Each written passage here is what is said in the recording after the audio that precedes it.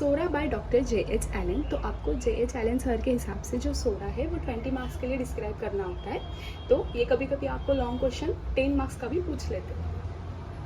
Oregano philosophy का ये बहुत कॉमन क्वेश्चन है, तो चलिए इसको डिस्कस करते हैं। The study of psora from the standpoint of its symptomatology, it is only through the study of special phenomena that becomes acquainted with its action in general upon the organism. मतलब यहाँ पे क्या बोला गया है कि अगर आपको सोरा की स्टडी करनी है, सोरा माइज्म की, तो यहाँ पे हमें उसका स्पेशल फेनोमेना, मतलब जो उसका एक्शन होता है पूरे बॉडी पे ऑर्गेनिज्म के, ये देखना ज़रूरी है, ये पढ़ना ज़रूरी है। अगर आप वो पढ़ लेते हो तो यहाँ पे हम स्टडी ऑफ सोरा ठीक से कर सकते हैं। The array of symptom is very complex. तो यहाँ पे जो भी सिम्टम्स फॉर्म होते हैं सोरा माइज्म के, वो बहुत ज़्यादा कॉम्प्लेक्स होते हैं। That it was most persistent and profound in its action upon the organism, no part of which was free from its inroads or from its ravages. तो यहाँ पे क्या बोला है कि सारे जो भी सिम्टम्स रहेंगे सोरा के, वो परसिस्टेंट, लॉन्ग लास्टिंग हमें देखने को मिलते हैं। प्रोफाउंड का मतलब है डीपली सिचुएटेड होता है सोरा माइज्म, और ऐसा आपको बॉडी में कोई भी पार्ट नहीं मिलेगा जो कि सोरा माइज्म से अफेक्टेड ना हो। तो जे.एच. एलन सर ने सोरा को एक ऑक्टोपस से कंपेयर किया है। Like a mighty octopus it takes in everything. तो जिस तरह एक ऑक्टोपस जो होता है वो अपने टेंटाकल्स में हर एक चीज़ को समा लेता है, या हर एक चीज़ को ऐसे पूरी तरह से उसको अपने अंदर ले लेता है, कुछ इसी तरह सोरा भी जो भी ऑर्गेनिज्म है उसके फिजिकल और मेंटल को तो इन्फ्लुएंस करता ही है, या फिजिकल और मेंटल लेवल पे तो इन्फ्लुएंस करता ही है, लेकिन स्पिरिचुअल लेवल पे भी अफेक्ट करता है। There is no life process free from it. तो वहाँ पे कोई भी लाइफ प्रोसेस हमें सोरा से फ्री नहीं मिल सकती। एवरी जोन और एवरी सेंटर में बी इन्वॉल्व। तो हर एक सेंटर और हर एक जोन वहाँ पे इन्वॉल्व होते हुए दिखता है। And besides it readily combines with any other miasm which seems almost at times impossible to separate them.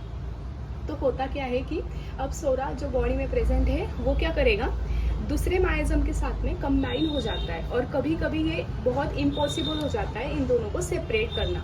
सोरा के साथ सिफिलिस भी देखने को मिल सकता है, या कभी कभी सोरा के साथ साइकोसिस भी हमें देखने को मिल सकता है। तो इनको ठीक करना बहुत ज़्यादा हमारे लिए डिफिकल्ट साबित होता है। Indeed, only through the power of similia can the separation be accomplished। तो अगर हमें पेशेंट को ठीक करना है, या ये जो दो चीज़ों का कॉम्बिनेशन हुआ है, दो माइज्म का कॉम्बिनेशन हुआ है, अगर इसको हमें अलग करना है तो वहाँ पे हमें लॉ ऑफ सिमिलिया या पावर ऑफ सिमिलिया को यूज़ करना होगा। No other power yet has been able to make this separation. अभी तक ऐसी कोई भी पावर दूसरी नहीं है कि जो दो माइज्म को अलग कर सके।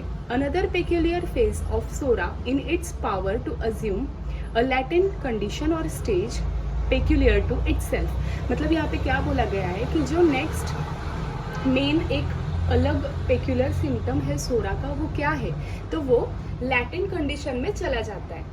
Neither syphilis nor sycosis are capable of hiding themselves. जबकि सिफिलिस या साइकोसिस भी खुद को लैटेंट फेज में नहीं छुपा सकते या खुद को हाइड नहीं कर सकते।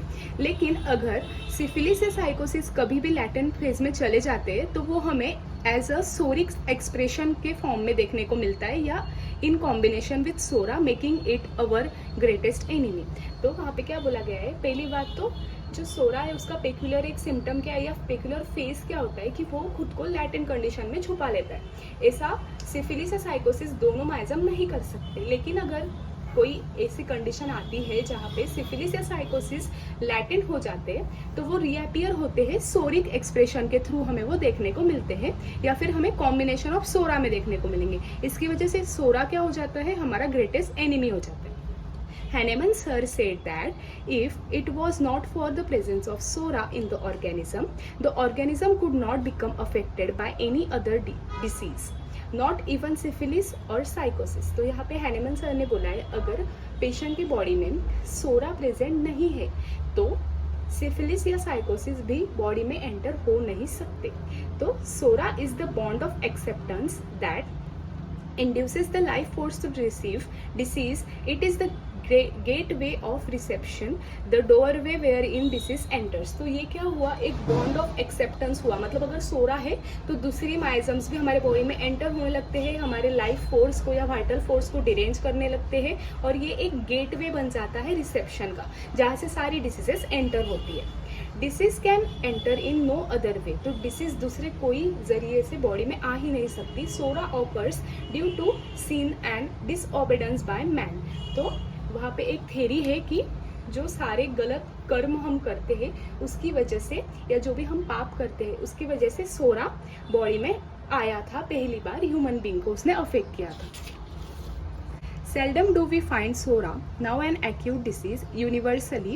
It now appears as a latent disease, affecting nearly every organism in some manner. तो यहाँ पे हमें बहुत रेयरली सोरा जो है वो एक्यूट डिसीज के फॉर्म में देखने को मिलता है, जो कि लैटेंट फेज में चला जाता है या लैटेंट डिसीज बन जाता है, और हर एक इंडिविजुअल को अलग अलग तरीके से अफेक्ट करता है। अभी फिजिशियन जो थे एंशियंट टाइम में, उन्होंने देखा कि जब इरप्शन जो थे वो सप्रेस हुए तो उसके बाद उनको डायरेक्ट कंसिक्वेंसेस देखने को मिला। क्यों? क्योंकि उनका जो मोड ऑफ ट्रीटमेंट था और जो पावर थी उनके पास वो ठीक नहीं थी, या वो उतनी स्ट्रांग नहीं थी कि वो उन कंसिक्वेंसेस को रोक सके। क्योंकि हमें यहाँ पता है कि वो किस वजह से हुआ है, तो सोरा यहाँ पे सप्रेस हुआ है। They recorded their symptoms and their failure to cure this multiple manifestation which we know to have been nothing more than psora. तो ये हमें पता है क्योंकि सोरा जो था इरप्शन के फॉर्म में बॉडी पे आया था। अब उन्होंने जो कि आर्टिफिशियल मेथड होती है, या लोशन या जो भी ऑइंटमेंट्स होते हैं, वो यूज़ करके उसे सप्रेस कर दिया, तो उनको आगे चल के ज़्यादा डेंजरस इफेक्ट्स देखने को मिलते हैं।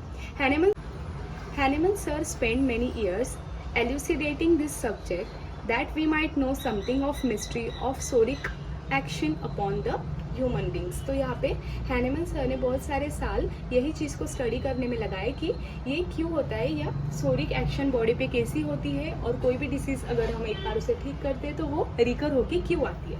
Hahnemann sir was the first man, या Hahnemann sir was first to classify psora. तो ये पहले इंसान थे जिन्होंने सोरा को एक क्रोनिक माइजम बताया था, डिसीज प्रोड्यूसिंग एजेंट बोला था, या फिर अ पैरेंट और बेसिक एलिमेंट ऑफ डिसीज भी हैनेमन सर ने सोरा को बोला था। अभी ये कैसे एग्जिस्ट करता है, या कभी कभी आपको इरप्शंस देखने को मिल सकते हैं या कभी कभी नहीं। It may exist with or without an eruption causing itching और प्लूराइटिस। तो यहाँ पे इचिंग की कंडीशन और प्लूराइटिस की कंडीशन भी हमें देखने को मिल सकती है। This disease entity or ego had many varying forms yet always with the same death like grabs had health its countless victim. तो ये जिस तरह से हम देखते हैं कि डिसीज जो है वो हर एक पेशेंट में सेम नहीं हो सकती, मतलब जो सिम्टम्स होते डिसीज के वो अलग अलग होते हैं। तो यहाँ पे यही बोला गया है कि अलग अलग फॉर्म्स में अलग अलग सिम्टम्स के थ्रू सोरा जो है वो बहुत सारे लोगों में, काउंटलेस विक्टिम्स में हमें देखने को मिला। At one time it had presented itself in the form of malignant itch, at another as leprosy, again as the plague and so on through all the time। तो यहाँ पे क्या हुआ कि जैसे हमने अभी बोला कि जो सोरा है वो अलग अलग वेरिंग फॉर्म्स में हमें देखने को मिलता है। तो यहाँ पे वही एग्जाम्पल दिया गया है कि कभी वो मैलिग्नेंट इच की तरह आया, कभी लेप्रोसी या कभी plague. To this disease ego Hahnemann employed the name psora. तो हैनेमन सर ने इसको सोरा नाम दिया।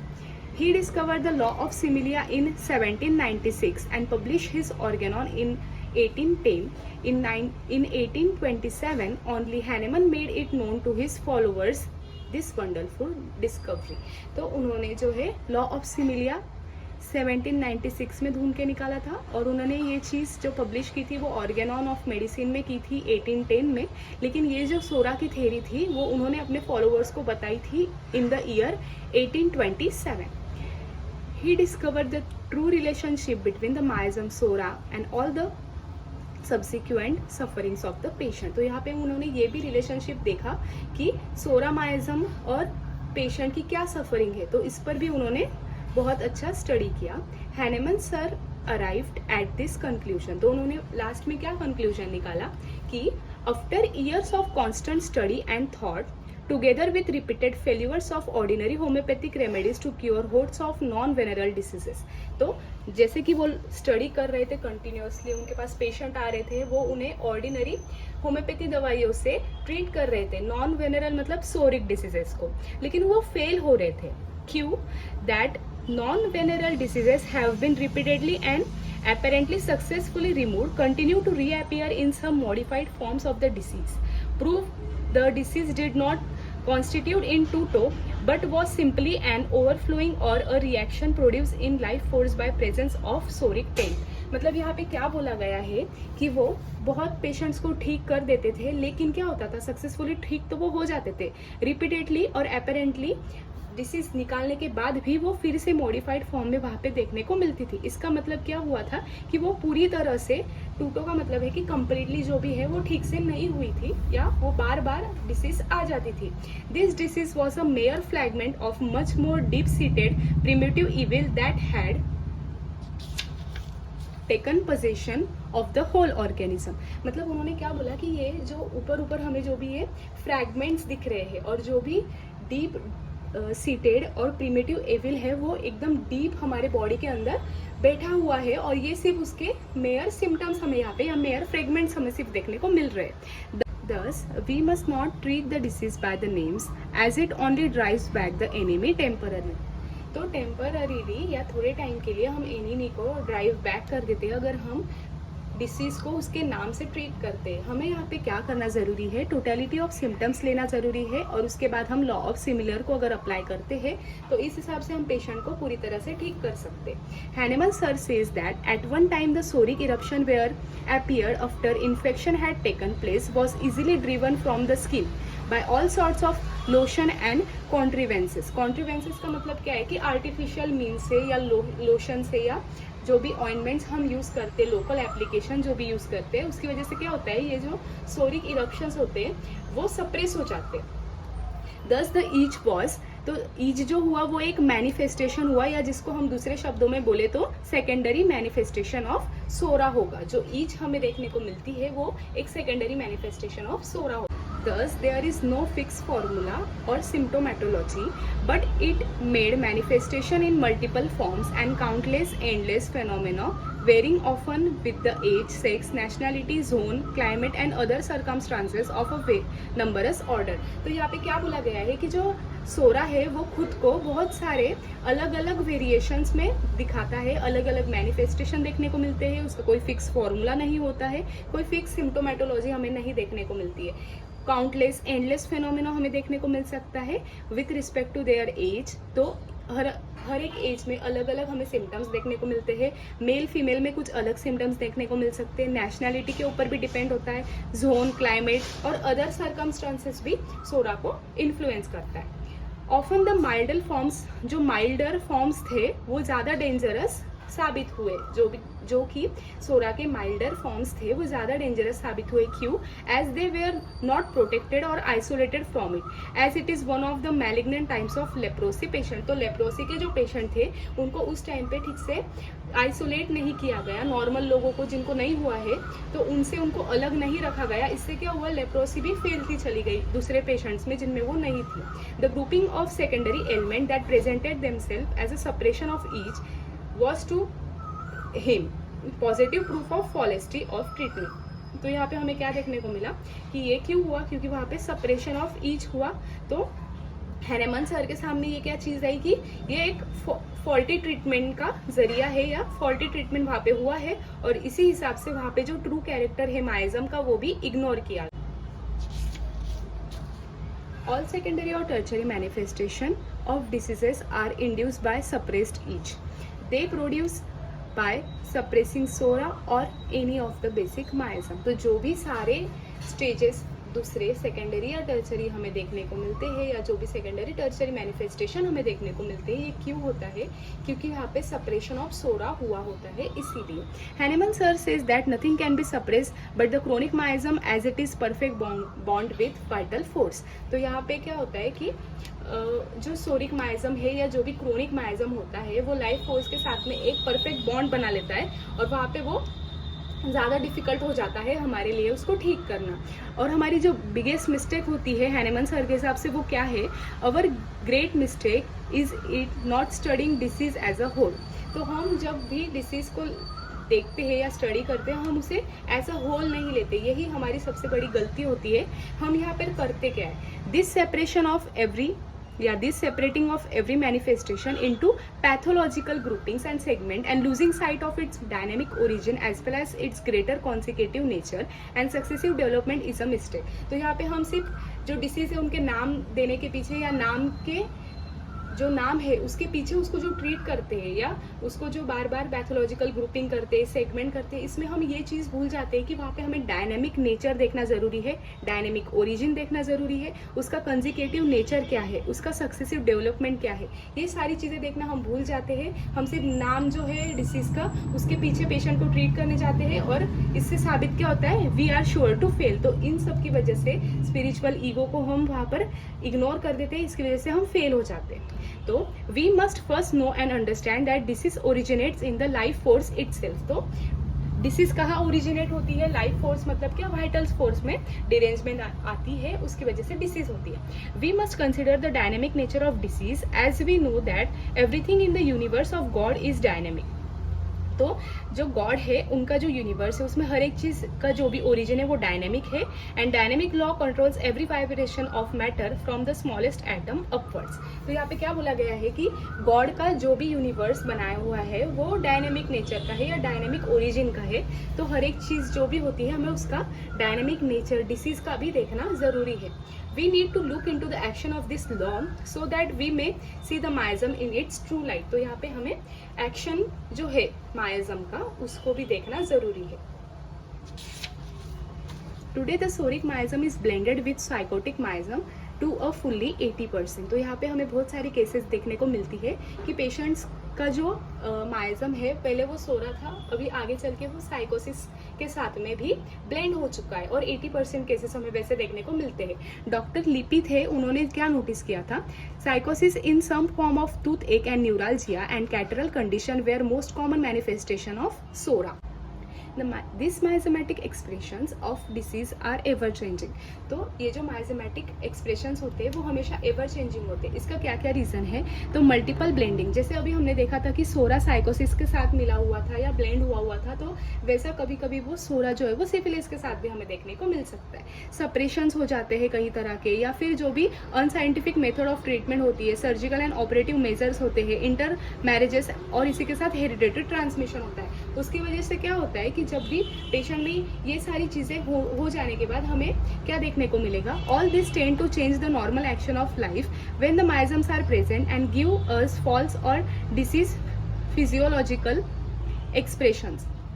तो यहाँ पे हमें जो भी नॉर्मल फिजियोलॉजी है वो नहीं देखने को मिलेंगी, बल्कि फॉल्स या डिसीज देखने को मिलेंगी, जो कि आगे चल के डिसीज का फॉर्म ले सकती है, या तो वो लोकल होगा या जनरल पूरे बॉडी में हमें डिसीज देखने को मिल सकती है। We must know the action of miasm. तो सारे जो भी हमारे माइजम है उनका हमें एक्शन पता होना चाहिए और इसी के साथ उनकी सारी स्टेजेस पता होनी चाहिए और इसी के साथ हमें लैटेंट कंडीशन को भी देखना ज़रूरी है। We should also know about the complications. तो यहाँ पे हमें कॉम्प्लिकेशंस भी क्या आते हैं वो सारे देखना ज़रूरी है। नॉलेज ऑफ सेपरेशन भी हमें बहुत ज़्यादा इंपॉर्टेंट होता है। For instance many cases of gonorrhoea are coming to us which are due to separation. तो जनरल प्रैक्टिस में जब हम प्रैक्टिस करते हैं तो फिजिशियन क्या देखते हैं कि बहुत सारे जो भी केसेस होते हैं गोनोरिया के, वो हमारे पास पेशेंट्स गोनोरिया की कंप्लेन लेकर आते हैं और हमें पता है, हम जानते हैं कि ये क्यों होता है, तो सेपरेशन की वजह से होता है। तो यहाँ पे हमें स्टडी क्या करना ज़रूरी है, पेशेंट के जो सिम्टम्स है और जो भी उसने ट्रीटमेंट ली है उससे पहले के जो सिम्टम्स थे और जो अभी के सिम्टम है, इन सब चीज़ों का स्टडी करना बहुत ज़रूरी है। क्योंकि पेशेंट हमें कई बार क्या बताता है कि उसको पहले हेडेक हुआ था, बैक एक हुआ था और उसको कभी भी, जब से उसने गोनोरिया के ट्रीटमेंट लेना शुरू किया है तब से उसको कभी भी ठीक नहीं लगा है। तो हमें यहाँ पे ये कंडीशंस मेल या फीमेल दोनों में दिख सकती है कि गोनोरिया इन्फेक्शन हुआ है जब से ही उन लोगों को कभी भी वो ठीक नहीं हुए हैं। अब यहाँ पे हमें क्या करना है, now first thing to do is to re establish the suppressed discharge and the remedy will be based on the totality of present symptoms. तो यहाँ पे सबसे पहली चीज़ जो हमें करनी है, जो सप्रेस हो गया है डिस्चार्ज उसको हमें फिर से री एस्टेब्लिश करना है। और ये होगा कैसे, तो रेमेडी जो हम सिलेक्ट करेंगे वो टोटलिटी ऑफ सिम्टम्स के ऊपर बेस्ड होंगी। Thus we have to be patient. तो यहाँ पे हमें पेशेंस रखना जरूरी है और वेट करना चाहिए रिजल्ट का, ना कि जल्दी जल्दी में कोई भी हम गलत जो रेमेडी है वो प्रेस्क्राइब कर दें, क्योंकि क्योर जो है वो कोई दूसरी वे से आ ही नहीं सकता। तो हमें वहाँ पे सिर्फ वेट एंड वॉच करना होगा। Of course if sycosis has pass fully into stage 3, we cannot as a rule re-establish the discharge, although we may be able to bring forth a warty eruption upon the skin either locally or general। तो अगर वो third stage तक पहुंच गई है तो यहाँ पे हम डायरेक्टली पहले तो सप्रेस जो डिस्चार्ज है उसको नहीं ला सकते फिर से, लेकिन पहले जो चीज़ रिटर्न होगी हमारी दवाइयों से वो वॉर्टी इरप्शन होगा स्किन पे। तो अगर पहले वॉर्टी इरप्शन था, फिर वो किसी चीज़ की वजह से उन्होंने अगर निकाल दिया है, तो फिर हम हमारी दवाई से उसको री एस्टेब्लिश कर सकते हैं, जो कि आगे चल के एक पॉजिटिवली पेशेंट को ठीक करेगा। Thank you.